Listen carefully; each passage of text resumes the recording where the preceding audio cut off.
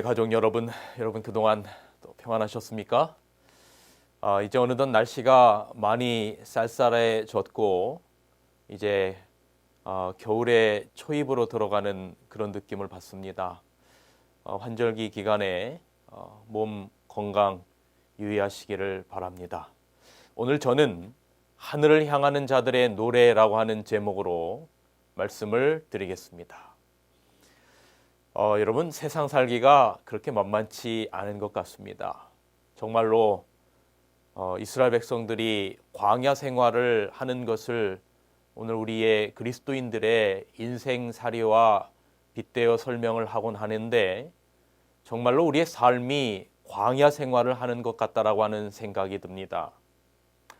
그러나 우리에게 하늘이라고 하는 소망이 있어서 그나마 광야 같은 이 세상살이를 견딜 수 있지 않을까라고 하는 생각을 해보게 됩니다. 여러분, 성경 출애굽기는 출애굽에서 애굽에서 이제 나오죠. 그리고 시내산에 도착, 그리고 성소가 완성되기까지 약 1년의 기간 동안에 기록된 것이 출애굽기입니다. 그리고 레위기는 각종 제사법이나 규례에 대한 기록으로 약 한 달간 정도의 시간 동안 기록이 되었습니다. 그 다음에 나타나는 민수기는 시내산에서부터 가나안 접경까지의 약 38년 9개월의 광야 여정을 그리고 있지요. 민수기에서는 두 번의 인구조사가 나오는데 한 번은 민수기 1장에 여러분 제가 여기 우리 화면에 이렇게 보시기 쉽게 민수기를 잠깐 요약한 것이 아마 이제 화면에 나올 텐데요. 보시면 민수기 1장에 출애굽 1세대들의 인구조사가 나오고요. 또한 민수기 26장으로 가면 1세대들이 거의 다 죽고 이제 출애굽 2세대들의 인구조사가 나옵니다. 민수기 1장에 1차로 계수함을 입은 1차로 인구조사를 받은 그 세대들은 여러분이 잘 아시는 것처럼 불순종과 불신으로 말미암아 여호수아와 갈렙을 제외하고는 한 명도 가나안 땅에 들어가지 못합니다. 그런데 2차로 인구조사함을 입은 사람들, 계수함을 입은 자들은 여호수아와 함께 가나안 땅에 들어갑니다. 그 2차로 계수함을 받은 사람들은 정말 그들의 생명이 다하는 날까지 끝까지 하나님 앞에 충성을 다합니다. 여기 사사기 2장 7절에는 이렇게 기록하고 있습니다. 백성이 여호수아에 사는 날 동안과 여호수아 뒤에 생존한 장로들 곧 여호와께서 이스라엘을 위하여 행하신 모든 큰 일을 본 자의 사는 날 동안에 여호와를 섬겼더라라고 그렇게 기록하고 있습니다. 그런데 여러분, 시간이 흘러서 여호수아도 민수기 26장에 2차로 계시함을 입은 자들도 다 죽게 됩니다. 사사기 2장 10절에는 이렇게 기록합니다. 그 세대 사람들도 다 그 열조에게로 돌아갔고 그 후에 일어난 다른 세대는 여호와를 알지 못하며 여호와께서 이스라엘을 위하여 행하신 일도 알지 못하였더라라고 기록하고 있습니다. 그리고 바로 이어서 성경은 그 안타까움을 이렇게 설명합니다. 이스라엘 자손이 여호와의 목전에 악을 행하여 바알들을 섬기며 애굽 땅에서 그들을 인도하여 내신 그 열조의 하나님 여호와를 버리고 다른 신 곧 사방에 있는 백성들의 신들을 쫓아 그들에게 절하여 여호와를 진노하시게 하였으며 곧 그들이 여호와를 버리고 바알과 아스다롯을 섬겼으므로라고 사사기 2장 11절 12절에는 기록합니다. 여러분, 하나님이 이스라엘 백성들이 가나안 접경에 왔을 때 모세를 통해서 애끓는 심정으로 부탁하신 것이 있습니다. 그 말씀은 이것입니다. 내가 오늘날 내게 명하는 여호와의 명령과 법도와 규례를 지키지 아니하고 내 하나님 여호와를 잊어버리게 되지 않도록 삼갈지어다. 내가 먹어서 배불리고 아름다운 집을 짓고 거하게 되며 또 내 우양이 번성하며 내 은금이 증식되며 내 소유가 다 풍부하게 될 때에 두렵건대 내 마음이 교만하여 내 하나님 여호와를 잊어버릴까 하노라. 신명기에서는 그렇게 기록하고 있습니다. 하나 더 보시겠습니다. 신명기 10장 12절 13절 이스라엘아 내 하나님 여호와께서 내게 요구하시는 것이 무엇이냐? 곧 내 하나님 여호와를 경외하며 그 모든 도를 행하고 그를 사랑하며 마음을 다하고 성품을 다하여 내 하나님 여호와를 섬기고 내가 오늘날 내 행복을 위하여 내게 명하는 여호와의 명령과 규례를 지킬 것이 아니냐. 이런 하나님의 모세를 통한 간절한 부탁이 간절한 마음이 있었음에도 불구하고 이스라엘 백성들은 가나안 입성 세대가 죽자 민수기 26장에 2차로 계수함을 입은 자들이 죽자 바로 하나님을 버리게 된 것입니다. 그런데 신명기 28장은 축복과 저주의 장으로 이스라엘이 가나안에 들어가서 하나님을 잊지 않고 하나님의 말씀에 순종하면 많은 축복을 주고 그렇지 않으면 저주를 받겠다라고 하는 내용이 기록되어 있습니다. 그런데 그 저주 가운데 하나가 이것입니다. 여기 신명기 28장 52절에서 53절에는 이렇게 기록합니다. 그들이 전국에서 내 모든 성읍을 애워싸고 내가 의뢰하는 바 높고 견고한 성벽을 다 헐며 내 하나님 여호와께서 내게 주시는 땅의 모든 성읍에서 너를 애워싸리니 내가 대적에게 애워싸이고 맹렬히 쳐서 곤란케 함을 당함으로라고 기록하고 있습니다. 하나님의 말씀에 불순종할 때 이방 민족들, 강대국들이 이스라엘을 쳐들어와서 그들을 애워싸겠다라고 기록하고 있는 것입니다. 그런데 여러분 하나님께서 이렇게 하시는 이유가 무엇입니까? 이렇게 하시는 이유는 아모스 4장 6절에서 11절에 보면 하나님이 이러한 회초리를 드시는 이유는 너희가 돌아오지 아니하였느니라 라고 반복하는 겁니다. 그러니 회초리를 드신 이유는 제발 돌이키고 돌아와라 하는 이것입니다. 그런 불순종의 결과로 말미암아 이미 여러분이 잘 아시는 것처럼 남유다가 북방 이스라엘은 아시리아에 의하여 남유다는 바벨론의 포로가 됩니다. 바벨론의 포로로 잡혀가서 살다 보니 너무나 그 괴로움이 크고 고향이 그립지요. 그래서 바벨론의 포로 가운데 그 괴로움에 한을 담아 노래한 시가 있는데 그것이 바로 시편 137편입니다. 시편 137편의 말씀을 좀 살펴보겠습니다. 시편 137편 1절 우리가 바벨론의 여러 강변 거기에 앉아서 시온을 기억하며 울었도다. 여러분 이 얼마나 안타깝고 처량한 목소리입니까? 고향을 그리워하면서 바벨론의 강변에 앉아서 시온을 자기의 고향을 예루살렘을 기억하며 울었다라고 그렇게 기록한 것입니다. 2절 그 중에 버드나무에 우리가 우리의 수금을 걸었나니 이제 그 바벨론의 강가에 버드나무가 있는데 거기에 그들이 불었던 그들이 예루살렘에서 하나님께 찬양할 때 사용했던 그 수금을 그 위에다가 걸어 놓는 것입니다.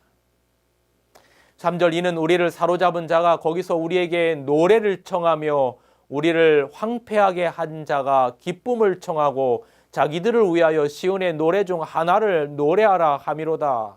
무슨 말입니까? 바벨론 사람들은 자신들의 향연을 위하여 자신들의 기쁨을 위하여 포로된 이스라엘 백성들에게 수금을 연주하고 찬송을 부를 것을 요구하는 것입니다. 하나님께 드려지는 거룩하고 그 엄숙한 찬양이 이제는 이방인들의 놀이개용으로 전락되어 버리고 만 것입니다. 여기서 시인은 결코 그러한 찬양을 하지 않겠다고 결심하는 것입니다. 계속되는 시편 137편 4절입니다. 우리가 이방 땅에서 어찌 여호와의 노래를 부를까? 예루살렘아, 내가 너를 잊을진대 내 오른손이 그의 제주를 잊을지로다.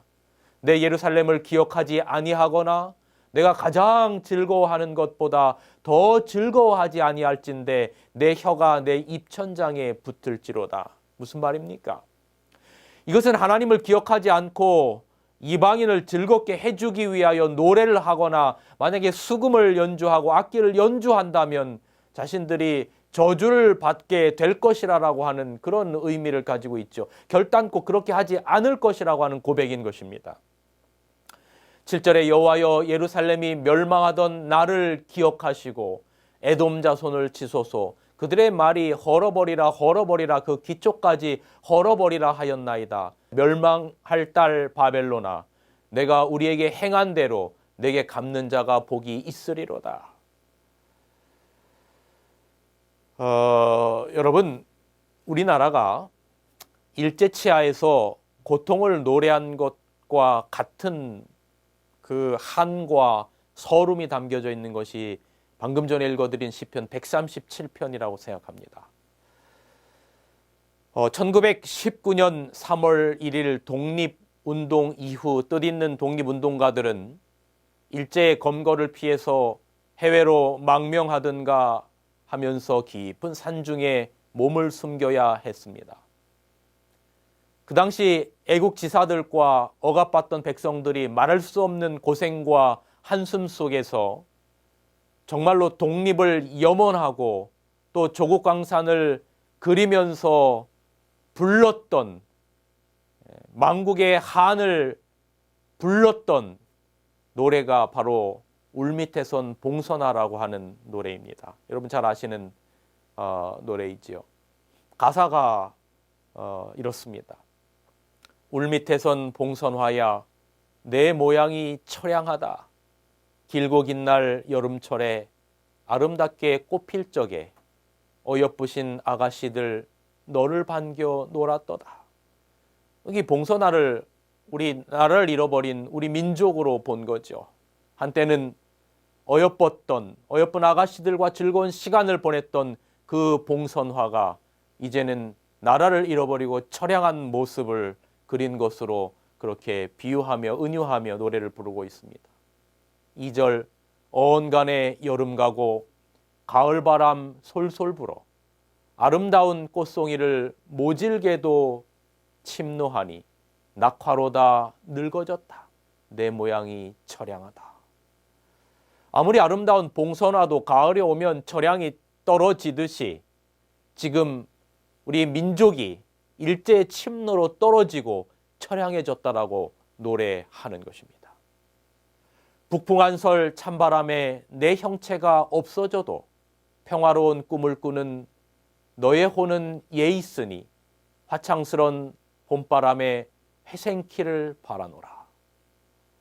북풍한설이 몰아치는 그 겨울엔 그 아름다웠던 꽃의 형체도 없어지지만 어쩌면 그 혼만은 남아서 다시 봄이 되면 회생키를 바라듯이 한일합방과 같은 북풍한설이 몰아쳐 민족이 사라졌어도 언젠가는 싹을 틔우고 그 꽃을 다시 피울 거라고 하는 염원이 담긴 바로 그 노래가 울밑에선 봉선화라고 하는 노래입니다. 19절이죠. 우리 민족이 일제치하에서 부른 울밑에선 봉선화야의 이 노래와 이스라엘 백성들이 바벨론의 포로로 잡혀가서 강가에서 불렀던 시편 137편은 같은 망국의 한을 노래한 그런 노래입니다.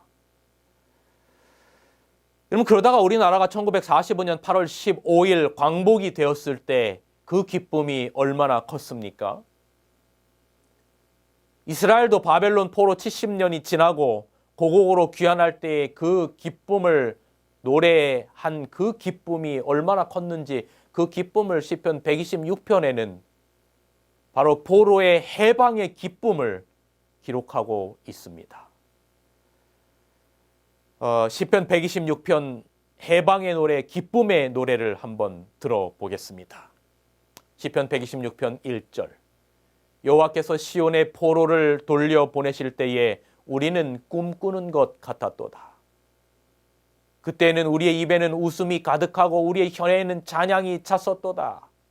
그때 문 나라 가운데서 말하기를 여호와께서 그들을 위하여 큰 일을 행하셨다 하였도다. 여호와께서 우리를 위하여 큰 일을 행하셨으니 우리는 기쁘도다. 여호와여 우리의 포로를 남방 시내들같이 돌려보내소서. 눈물을 흘리며 씨를 뿌리는 자는 기쁨으로 거두리로다. 울며 씨를 뿌리러 나가는 자는 반드시 기쁨으로 그 곡식단을 가지고 돌아오리로다. 바벨론 포로 생활에서의 해방이라는 감격과 기쁨을 노래한 것입니다. 특히 그 구원을 베푸신 하나님의 은혜에 대한 신앙 고백이 돋보이는 시입니다. 내용으로 미뤄볼 때 바벨론으로부터 2차 귀환시 백성들을 인솔했던 학사 에스라의 작품이 아닌가 싶습니다.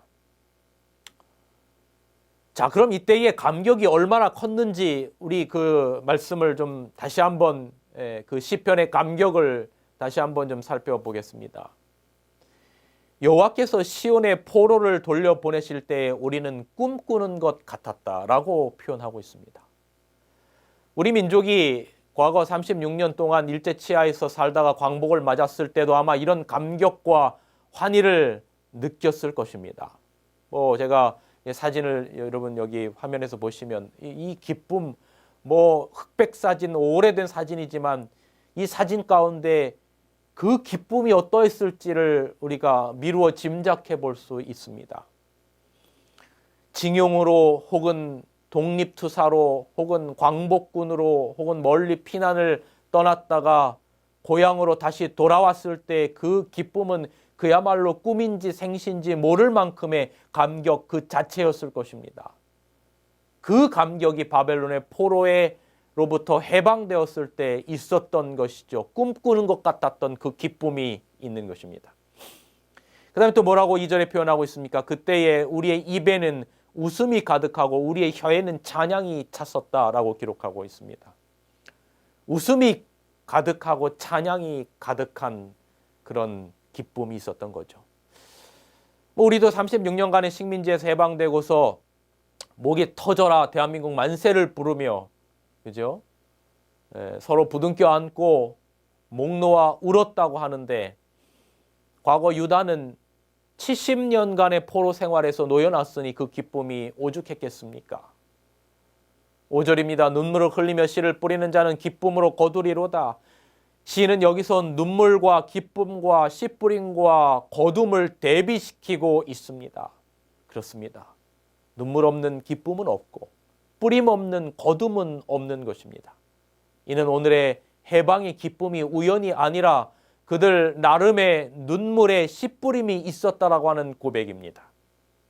그 뿌림의 수고가 가져다준 열매가 지금 그들로 하여금 해방의 기쁨을 누리게 했다는 간증입니다. 그런데 여러분, 요한계시록 14장에는 열매를 거두는 기쁨의 수확 이야기, 곡식과 포도송이의 수확 이야기가 기록이 되어 있습니다.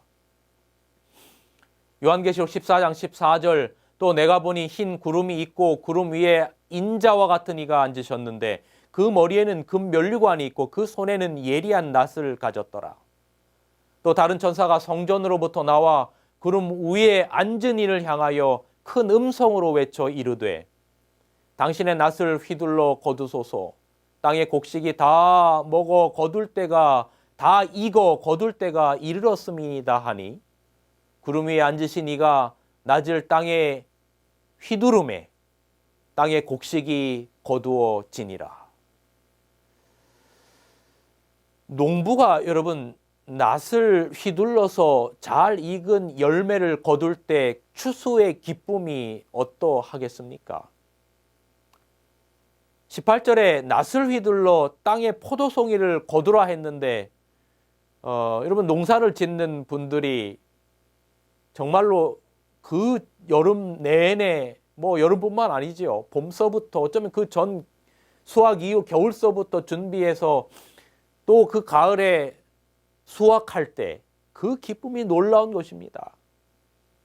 제 시골에 계신 부모님께서 포도 농사를 지시는데 부모님께서 1년 동안 정말로 고생, 말할 수 없는 그 고생 가운데 수고한 그 포도를 수확할 때 그 기쁨은 정말로 말로 표현할 수 없는 기쁨이겠지요.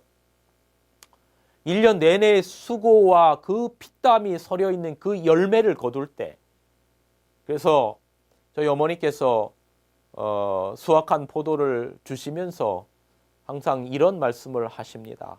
포도 한 송이라도 어머니 아버지의 피땀이 서려 있다는 걸 알고 귀히 여겨라. 저는 1년에 한 두 차례, 두세 차례 고향에 내려가기 때문에 부모님의 그 고통 가운데 함께 동참하지도 못하지만 정말 은혜로 부모님께서 주신 그 귀한 열매를 먹습니다. 은혜가 무엇인지를 느끼게 되지요. 그런데 그 한 송이의 포도를, 곡식을, 과일을 수확할 때에 그 농부들은 정말로 눈물을 흘리며 씨를 뿌린다라고 하는 표현이 그 안에 녹아 있는 것입니다. 곡식 한 송이 한 송이들을, 과일 하나하나들을 자식처럼 사랑으로 거두게 되는 것입니다. 그렇게 키우게 되는 것입니다. 여러분, 어떤 자가 눈물을 흘리며 씨를 뿌리고 기쁨으로 거둘 수 있겠습니까? 정말로 사랑으로 씨를 뿌린 농부지요. 사랑으로 씨를 뿌리고 정성으로 과실과 곡식을 키운 농부가 마침내 그 단을 기쁨으로 가지고 돌아오는 것입니다. 그런데 여러분, 농부에게 열매란 과실이나 곡식이듯이 계시록 14장에 인자가 낫으로 거두는 곡식과 포도송이는 무엇이겠습니까? 인자가 낫으로 거두는 열매는 무엇이겠습니까? 바로 여러분과 저 귀한 영혼들입니다. 로마서 15장 16절은 이렇게 이야기하는 것입니다. 이 은혜는 곧 나로 이방인을 위하여 그리스도 예수의 일꾼이 되어 하나님의 복음의 제사장 직무를 하게 하사 이방인을 제물로 드리는 그것이 성령 안에서 거룩하게 되어 받으심직하게 하려 하심이라라고 기록합니다. 예수님이 눈물로 이스라엘 백성을 거두기 위해서 씨를 뿌리셨습니다. 이사야 16장에 보면 내 눈물로 너를 적시리니라고 하는 표현이 있습니다. 이스라엘을 애굽에서 구원해서 가나안 땅으로 이끄실 때 하나님의 눈물의 적심이 있었다는 것입니다. 유다 백성들을 바벨론의 포로에서 구원해서 이스라엘로 예루살렘으로 다시 옮길 때 하나님의 눈물의 뿌림이 있었다라고 하는 것입니다. 그리고 영적 이스라엘인 우리를 구원해서 마침내 계시록 14장의 추수의 그 곡식으로 우리를 인도하기 위하여, 하늘 곳간에 우리를 드리기 위하여 하나님 아버지의 눈물 어린 마음이 있었다라고 하는 것을 기억해야 하는 것입니다. 왜 하나님께서 우리를 향하여 이렇게 눈물 어린 마음으로 곡식을 추수하십니까? 왜 우리를 그렇게 거두려고 노력하십니까? 신명기 7장 7절로 8절에는 다른 어떤 이유가 아니라 우리를 사랑하심을 인하여라고 그렇게 기록하고 있습니다. 수요가 많은 것도 아니고 세상의 어떤 민족보다 더 잘나서도 아니고 단지 하나님께서 우리를 사랑하셔서 이스라엘 백성들을 애굽 땅에서 바로의 손으로부터 구원하시고 바벨론의 포로로부터 구원하시고 사단의 포로로부터 구원하시는 것입니다. 여기 하나님의 대단히 아름답고 놀라운 성품이 드러나 있는 것입니다.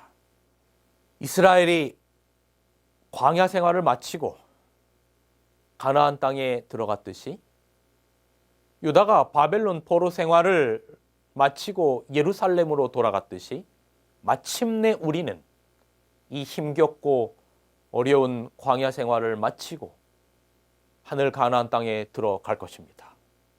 그때 우리는 하늘 유리바닷가에 서서 시편 126편과 같은 기쁨과 승리의 노래를 부를 것입니다. 그것이 바로 모세와 어린 양의 노래입니다. 요한계시록 15장 2절에는 또 내가 보니 불이 섞인 유리바다 같은 것이 있고 짐승과 그의 우상과 그의 이름의 수를 이기고 벗어난 자들이 유리바닷가에 서서 하나님의 검은 고를 가지고 하나님의 종 모세의 노래와 어린 양의 노래를 불러 이르되 주 하나님 곧 전능하신 이시여 하시는 일이 크고 놀라우시도다. 만국의 왕이시여 주의 길이 의롭고 참되시도다. 주여 누가 주의 이름을 두려워하지 아니하며 영화롭게 하지 아니하오리까. 오직 주만 거룩하시니이다. 주의 의로우신 일이 나타났음에 만국이 와서 주께 경배하리이다 하더라. 아멘. 여러분, 우리가 나중에 구속받아서 하늘에 올라가서 이 모세의 노래와 어린 양의 노래를 부를 때 여러분, 우리는 유다 백성들, 이스라엘 백성들이 꿈꾸는 것 같았던 것처럼 정말로 꿈꾸는 것 같지 않겠습니까? 우리의 얼굴에는 웃음과 우리의 입술에는 감격의 노래가 있지 않겠습니까? 우리 마음에는 기쁨이 있지 않겠습니까?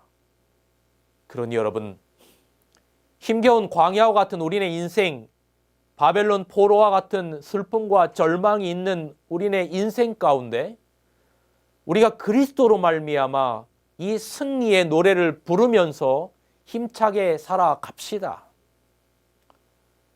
복음성가 중에 예전에 참 많이 불렀던 복음성가가 있습니다. 하늘 향해 걷자라고 하는 노래가 있습니다. 여러분 혹시 이 노래 아십니까? 제가 한번 1절만 반주도 없지만 그냥 한번 불러볼까요? 내가 넘어질 때 나의 손을 붙잡고 일으켜 세우는 주님, 하늘 향해 걸어라 부드러운 음성, 내 마음 문을 두드려 넘어지지 말고 하늘 향해 걷자. 내 주님만 보면서 등불 켜서 들고 하늘 향해 걷자. 내 주님만 위해. 2절 가사가 이렇습니다. 상한 나의 마음 자비하신 눈으로 어루만지시는 주님, 한 발 두 발 걸었네. 주님 기뻐하시네. 내 마음 모두 바치리. 3절 나의 얼룩진 죄 십자가의 피로써 깨끗게 하시는 주님, 모든 쾌락 버리고 나를 따르라. 나의 죄 모두 씻겼네.